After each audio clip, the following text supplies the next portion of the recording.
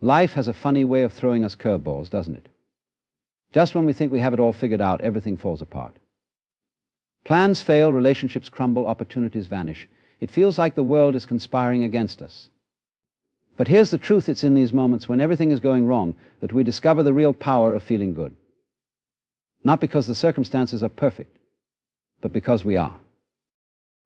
When everything is going wrong, the temptation is to feel overwhelmed, helpless, and lost. We naturally resist these feelings, trying to force a solution, clinging to control. But what if we flipped the script?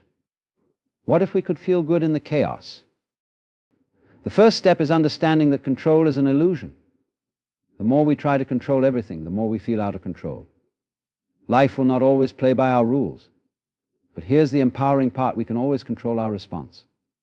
Even when the external world is falling apart, we have the power to find peace within.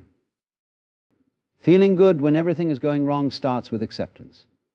Acceptance doesn't mean defeat, it means recognizing the present moment for what it is. We can't change what's happened, but we can change how we engage with it. Acceptance is not passive, it's a powerful declaration: I may not control the storm, but I control my sail, and in that space of acceptance we begin to feel light at heart when things go wrong. Our natural instinct is to try to fix them, to regain control over the situation. We want to manipulate circumstances, force outcomes, and make things go our way. But the harsh reality is that we cannot control everything around us. Life is unpredictable, and the more we try to dominate it, the more we feel powerless when things inevitably slip from our grasp. However, while we can't always change what happens to us, we can always control how we respond. This is where true strength lies, not in altering the external world, but in mastering our internal world. Our response to challenging situations shapes not only the way we experience those moments, but also how we emerge from them. It's easy to react emotionally when things go wrong. We might get angry, frustrated, or overwhelmed, but reacting impulsively usually exacerbates the situation. On the other hand, when we take a step back, evaluate, and respond thoughtfully, we reclaim power over how the situation affects us. That power gives us agency over our emotions, choices, and the way we move forward. Imagine being in a boat on the ocean during a storm. You can't stop the storm, it's out of your control. You can't calm the waves or change the direction of the wind. But what you can control is how you steer the boat. You can decide whether to panic or navigate carefully, whether to let the storm consume you or to ride it out. Similarly, when we face difficulties in life, our response is our way of steering through the storm. The key to controlling your response lies in emotional regulation. Emotions are powerful, and when we're in a tough situation, they can easily take over. Stress, anxiety, fear, and frustration are natural reactions, but when we allow these emotions to dictate our actions, they can lead us astray. Learning to regulate your emotions, taking a breath, pausing before reacting, and choosing a deliberate response can change the entire trajectory of a difficult experience. It doesn't mean suppressing your emotions, but rather acknowledging them and then deciding how to act in alignment with your values, not just your immediate feelings.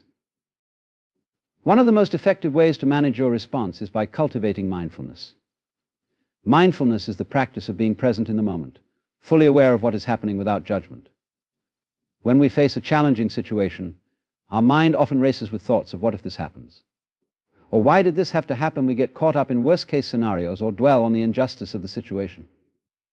Mindfulness brings us back to the present, helping us focus on what we can do right now. By grounding ourselves in the current moment, we can respond calmly and with greater clarity. Another important aspect of controlling your response is reframing your perspective. When everything goes wrong, it's easy to fall into a negative mindset, believing that the world is against us or that we're victims of circumstance. But what if we could shift our perspective? Instead of seeing the situation as something that's happening to us, we can choose to see it as something that's happening for us. Challenges, setbacks, and failures often contain valuable lessons. They force us to grow, to adapt, and to become stronger. When we reframe difficulties as opportunities for growth, our response changes from one of resistance to one of acceptance and even gratitude. A great example of this can be seen in the lives of successful individuals who faced adversity but chose to respond positively. Take, for instance, the story of Nelson Mandela. After being imprisoned for 27 years, Mandela had every reason to be bitter, angry, and vengeful. Yet he chose to respond to his circumstances with forgiveness and a vision of unity for his country. His response shaped not only his life but also the future of South Africa. He couldn't change the fact that he was imprisoned, but he controlled how he responded, and in doing so, changed the world. Controlling your response also involves setting boundaries around your energy and attention. When everything seems to be going wrong, it's easy to let our minds spiral, feeding into negativity and frustration. We obsess over every detail that isn't working and allow that frustration to seep into other areas of our lives. But by being intentional about where we place our focus, we can prevent the external chaos from dictating our internal peace. If something is outside of your control, let it go. Shift your energy toward things you can influence, even if it's just your attitude or mindset. This doesn't mean ignoring problems, but rather choosing to direct your attention toward solutions instead of dwelling on the problem. Resilience is built through consistent practice in managing our responses. Every time you face a difficult situation and choose to respond rather than react, you build mental and emotional strength. Over time, you become better equipped to handle whatever life throws your way. Resilience isn't about avoiding pain or hardship, it's about learning how to move through it without losing yourself in the process. It's about acknowledging that while the world may be chaotic, your inner world doesn't have to be. Controlling your response also connects to self-compassion. When things go wrong, we often blame ourselves or criticize our actions, leading to a spiral of negativity. But responding to challenges with kindness toward yourself, recognizing that setbacks are part of life, and that it's okay to struggle, helps you move forward with more grace and patience. When you treat yourself with compassion, you are better able to navigate difficulties without being consumed by self-doubt or frustration. In the end, controlling your response isn't about denying the reality of your situation or pretending that everything is fine. It's about choosing how you want to engage with that reality. You may not always have control over what happens in life, but you always have control over how you interpret and respond to those events. By mastering your internal world, you build a sense of peace and power that external circumstances cannot shake. Life often takes us down unexpected paths. No matter how carefully we plan or how much we try to control our circumstances, things will go wrong. Plans will unravel, relationships will face turmoil, and we will encounter setbacks. In those moments, the instinctive reaction is to resist. We resist the situation, we resist the feelings that come with it, and we resist the reality that things are not as we want them to be. But the more we resist, the more we suffer. The key to finding peace amidst chaos is learning to practice acceptance, not resistance. Acceptance is not about giving up or resigning yourself to a fate you don't want. It's not about being passive or indifferent to what happens in your life. Instead, acceptance is about recognizing the present moment for what it is without trying to change it or wishing it were different. It's about acknowledging reality without judgment, and in doing so, freeing yourself from the emotional weight of resistance. When we resist, we are fighting against reality. We tell ourselves that things should be different, that this isn't how life was supposed to go. This internal battle creates tension, stress, and frustration. Resistance doesn't change the situation, it only amplifies our discomfort. Imagine you're standing in a river, and the current is strong. If you try to fight the current, you'll exhaust yourself, using all your energy to push against the flow. But if you allow yourself to go with the current, you may still feel the force of the water, but it no longer drags you under. You move with it instead of against it, conserving your energy and finding a new direction. In life, we often create suffering for ourselves by resisting what we cannot change. For instance, when we lose a job, we might spend weeks or months agonizing over why it happened, how unfair it was, and how we wish things were different. This resistance keeps us stuck in a loop of negative emotions, preventing us from moving forward. On the other hand, practicing acceptance would mean acknowledging that the job is gone, feeling the sadness or frustration that comes with it, but then letting go of the need to change the past. This doesn't mean you don't care about the loss, it means you're allowing yourself to experience it without becoming trapped by it. One of the biggest misconceptions about acceptance is that it's passive, that accepting a difficult situation means you're okay with it, or that you aren't motivated to improve your circumstances. But acceptance and action can go hand in hand. In fact, acceptance often gives us the clarity and calmness we need to take the right actions.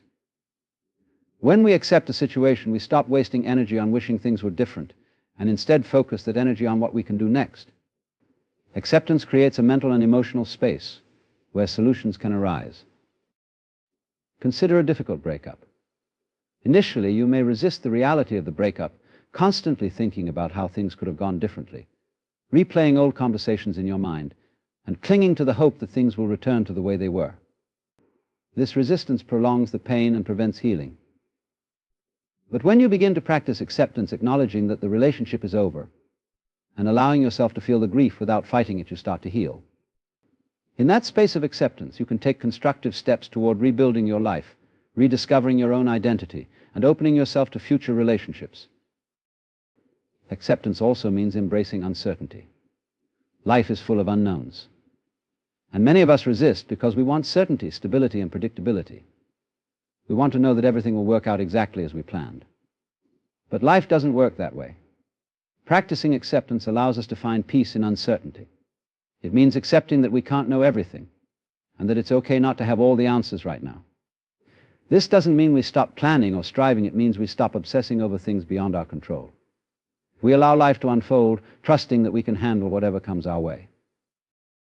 One of the most profound aspects of acceptance is that it allows us to experience emotions fully. When we resist difficult emotions, whether it's anger, sadness, fear, or disappointment, we often suppress or avoid them. But emotions that are resisted don't go away. They linger beneath the surface, creating tension and stress in our lives. When we practice acceptance, we allow ourselves to feel these emotions without judgment. We recognize that it's okay to be sad, to feel angry, or to be afraid. In accepting these emotions, we create space for them to move through us rather than becoming stuck in them. Buddhist philosophy often speaks of the concept of radical acceptance, which involves embracing all aspects of our experience, pleasant and unpleasant, without trying to change or fix them. This doesn't mean you're condoning negative situations or harmful behavior, but rather that you're acknowledging reality as it is. You're letting go of the need to control everything and allowing life to flow naturally. When we stop resisting reality, we find peace, even in difficult circumstances. Acceptance also involves self-compassion. We often resist not only external situations, but also our own imperfections and mistakes. We judge ourselves harshly when things go wrong, blaming ourselves for not doing better. But practicing acceptance means acknowledging that we are human, that we will make mistakes, and that we are worthy of kindness and forgiveness. When we accept ourselves, flaws and all, we stop resisting our own humanity. We create a space for growth and healing. In the end, practicing acceptance is a choice. It's a decision to stop fighting against life and start working with it. It's about recognizing that, while we may not control every aspect of what happens to us, we do control how we engage with those experiences. Acceptance is not weakness, it's strength. It's the strength to acknowledge what is, to feel fully, and to move forward with grace and resilience. When we practice acceptance, we free ourselves from the chains of resistance, allowing ourselves to experience life in its fullness, both the joy and the pain. And in that acceptance, we find peace. Life doesn't always go as planned. When things are tough, when we feel like we're constantly battling setbacks or disappointments, it can be easy to get consumed by the negative. The big goals we had in mind might seem unreachable, and our focus often shifts to what we don't have or what hasn't worked out. However, in these moments, it is crucial to shift our perspective. One of the most powerful ways to do this is by finding gratitude in the small wins. These small victories, which are often overlooked, can serve as stepping stones toward greater fulfillment and success. Gratitude is the practice of recognizing and appreciating the good things in our lives, no matter how small. When we find ourselves in difficult circumstances, it's natural to focus on what's going wrong. But even in the darkest times, there are always small wins, little moments of progress, joy, or connection that we can celebrate. These may not be the monumental achievements we're aiming for, but they are important nonetheless. The practice of finding gratitude in small wins begins with shifting your mindset. Often we are so fixated on the big picture that we lose sight of the small but significant progress we make along the way. Perhaps you're working toward a promotion and it feels like you're not getting anywhere. But did you make a positive contribution in today's meeting? Did you receive praise from a colleague? These are small wins, and they deserve acknowledgement. It's easy to brush off these moments because they don't seem as important as the end goal, but in reality, they are part of the journey. When you focus on these small wins, you start to build momentum. You remind yourself that progress is happening, even if it's not immediately visible. This is where gratitude comes in. Gratitude shifts your attention from what's lacking to what's present. Instead of dwelling on what hasn't happened yet, you start to appreciate what has. Even in the face of challenges, there are always things we can be grateful for. Did you get through a tough day at work? That's a win. Did you make time for a short workout despite feeling overwhelmed? That's a win. These small accomplishments may seem trivial, but they represent forward movement. They are proof that, despite difficulties, you are still progressing. Gratitude for small wins is not just about recognizing the outcome, but also acknowledging the effort. Sometimes the win isn't a tangible result, but simply showing up. Maybe you're struggling with a personal project or a relationship, and it feels like nothing is changing. But did you show up? Did you give your best effort that day? That in itself is a victory worth celebrating. The fact that you keep going, even when things are tough, is a testament to your resilience and determination. It's easy to overlook these moments of perseverance, but they are the foundation of eventual success. When you start to appreciate small wins, you build a mindset of abundance rather than scarcity. You stop waiting for the big break to feel happy or successful, and instead you find fulfillment in the present moment. This shift in perspective allows you to stay motivated and optimistic even when the bigger picture seems uncertain. You begin to see that success is not just a destination, but a series of small steps taken over time. Each small win is a brick in the foundation of your larger goals. Incorporating gratitude into your daily routine can have a profound impact on your mental and emotional well-being. When you actively look for things to be grateful for, you train your brain to focus on the positive aspects of your life, rather than dwelling on the negative. This doesn't mean ignoring challenges or pretending that everything is perfect. Rather, it means acknowledging the good that exists alongside the difficulties. Gratitude doesn't diminish the hard parts of life, it simply brings balance to your perspective.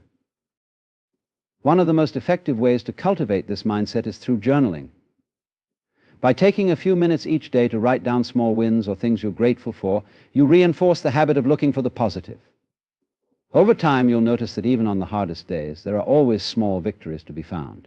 Did you handle a stressful situation with more patience than usual? Did you meet a personal goal, no matter how minor it seemed? These are the kinds of wins that, when acknowledged consistently, build a powerful sense of accomplishment. It's important to remember that small wins are relative. What might seem like a small or insignificant victory to someone else could be a major milestone for you.